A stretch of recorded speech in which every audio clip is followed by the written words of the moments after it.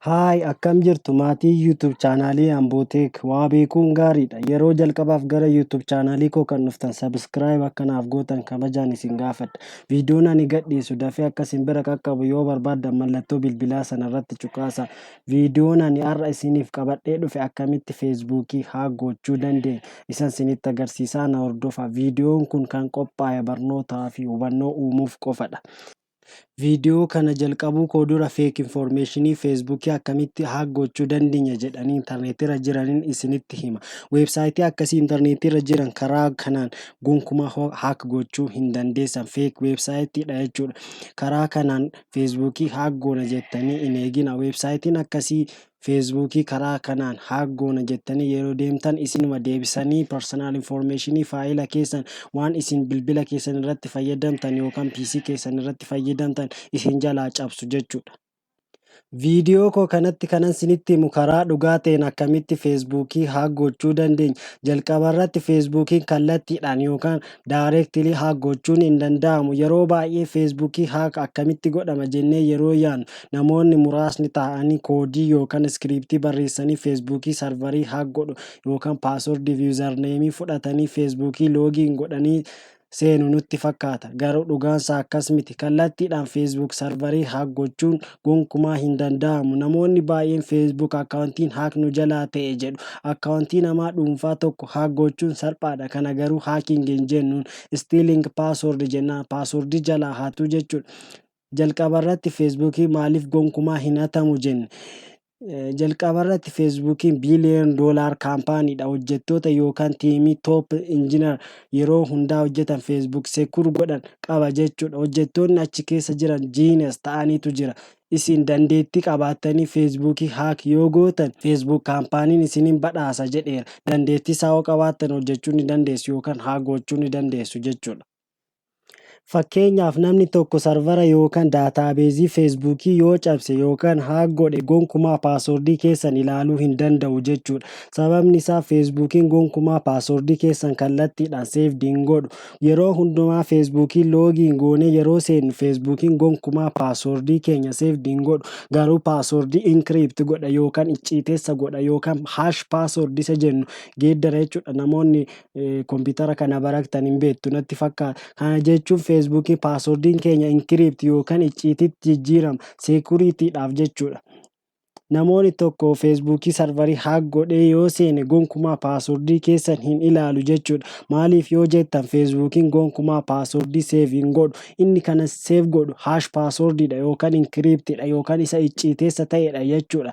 Fakkeenyaaf namni tokko sarvarii feesbuukii haak godhee seenee haash paaswordii yookaan inkiriipti isa ta'e yoo ilaale isa fayyadamee feesbuukii keessa loogiin gochuu gonkumaa hin danda'u. Akkamitti akka inni hojjetu isinitti agarsiisa. Fakkeenyaaf isin dhuftanii yeroo kana iddoo kanarratti Gmailii keessan yookaan bilbila keessan barreessitanii paaswordii iddoo kanarratti barreessitan feesbuuk sarvariin immoo maal godha paaswordii isa kana yoo fakkeenyaaf paasword 1234 jechuudha inkiriipti godha yookaan icciiteessa godheetti cheenji godha jechuudha. Kanaafuu iddoo kana fuudhee sarvara faana daataabeezii kana faana isa inkiriipti godhe wal fakkaataa jedheeti ilaala jechuudha. Zaseemidha taanaan loogiin godha jechuudha. Fakkeenyaaf immoo inkiriipti isa ta'e fakkeenyaaf sarvarichi otoo cabe inkiriipti isa ta'e fayyadamnee otoo loogiin goona ta'e inkiriiptiin ta'e deebisee ammas inkiriipti godha jechuudha yookaan haash paasword godha jechuudha. Inni fakkeenyaaf kun otoo kana ta'e kana faana waliin fakkaatu jechuudha. Kanaafuu it is not the sameidha. Kanaafuu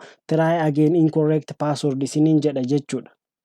Feesbuuk sarvariin gonkumaa haak hin ta'u yoo jenne namoota baay'ee jala akkamitti feesbuukiin akkaawuntiin haak ta'e jettanii na gaafachuu dandeessu. Feesbuuk akkaawuntiin nama dhuunfaa haak gochuun yookaan cabsuun baay'ee salphaadha. Kana jechuun haakiingii osoo hin taane stealing password yookaan paaswordii jalaa hatu jenna.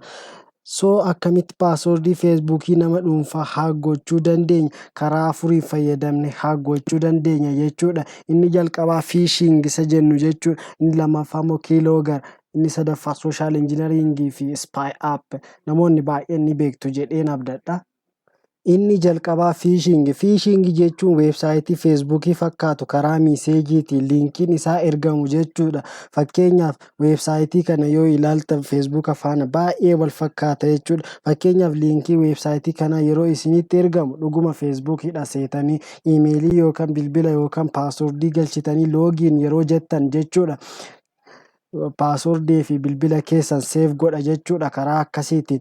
Kanaafuu paaswordii fi bilbila keessan yookaan iimeelii keessan seef godheera jechuudha taanaan itti aanee waan dhufu isinuu tilmaamuu ni dandeessu jechuudha. Weebsaayitii akkasii irraa akkamitti of eeguu dandeenya? Liinkii namni isiniif ergu yookaan googilii irratti feesbuukii yoo fayyadamuuf kaatan liinkii isaa sirriitti ilaaluu qabdu jechuudha. www.facebook.com booda barreeffamni biraa jira taanaan liinkiin sun feekiidha jechuudha. Sirrii miti jechuudha. Kan feesbuuk kaampaanii miti jechuudha. Sana sirriitti ilaaluu qabdu yeroo feesbuukii fayyadamtan biroozara kamirratti yeroo sarchi gootan jechuudha. Inni lammaffaan kiiloogar. Kiiloogar jechuun soofteera kompiitara keenya irratti yookaan laaptooppii keenya irratti namni biraan inistool godhudha.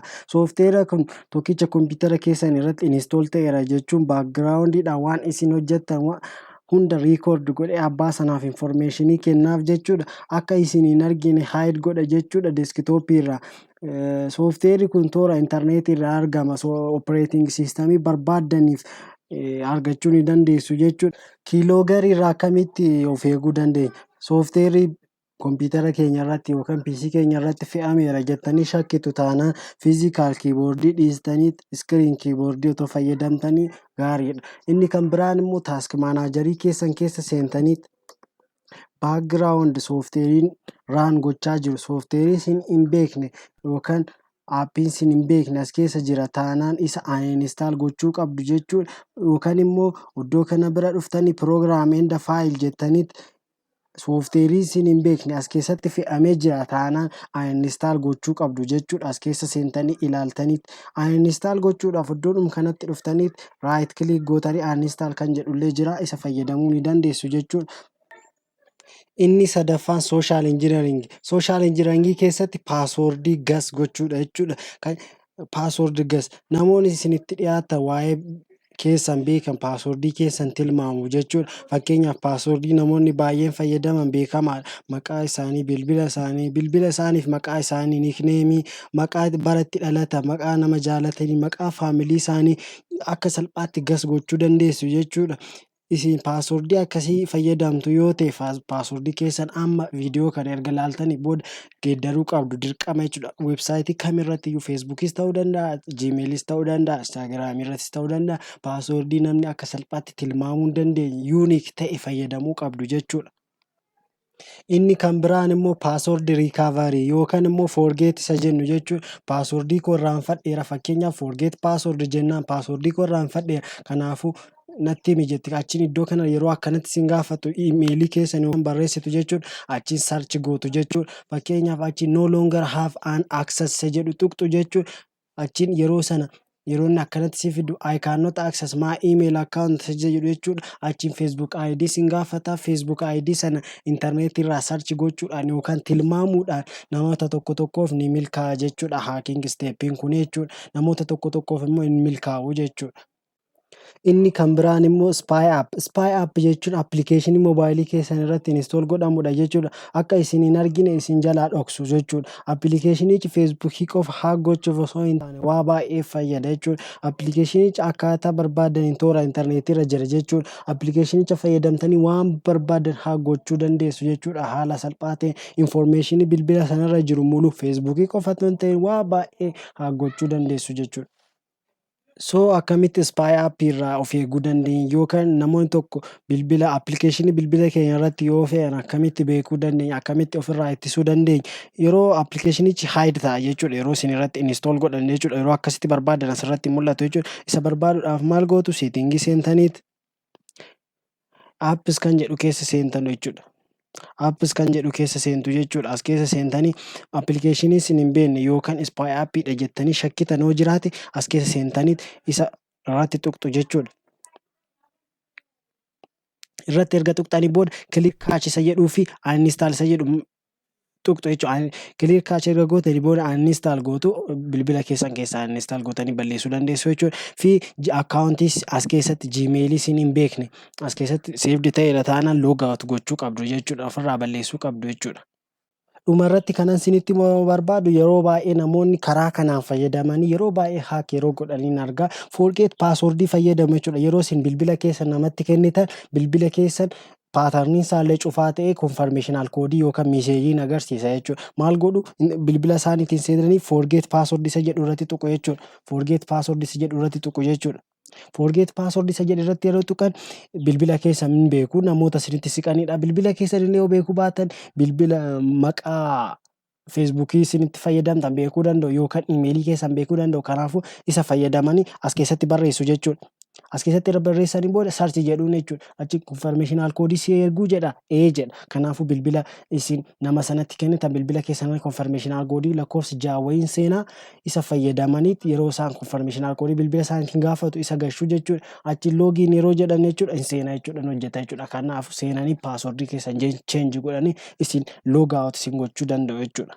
Viidiyoo koo kanarraa waa baay'ee akka baratan abdiin qaba. Viidiyoo koo isinitti tole like share godha. Viidiyoo akkasii yeroo biraa yeroo gadhiisu dafee akka isin bira qaqqabu subscribe godha.